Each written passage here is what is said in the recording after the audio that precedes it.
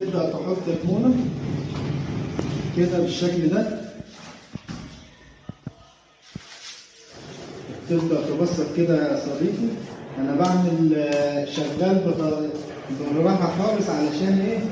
علشان توصلك المعلومة.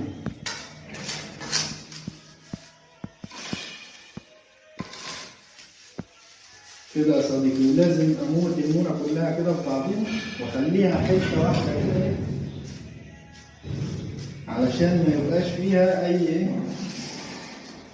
أي فراغات أو أي تفضيلة للبلاط.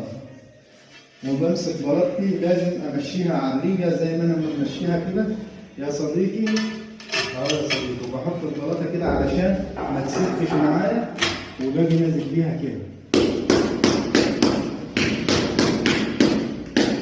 وبطمن البلاطة الأول كده علشان لو تحتيها منى زيادة أو كده ممكن أخف منها، أو ممكن لو تحتيها زلط أو أي حاجة مصدرة تحتيها بحس بيها وإيه، علشان البلاطة أول ما دب عليها كده ما تتكسرش.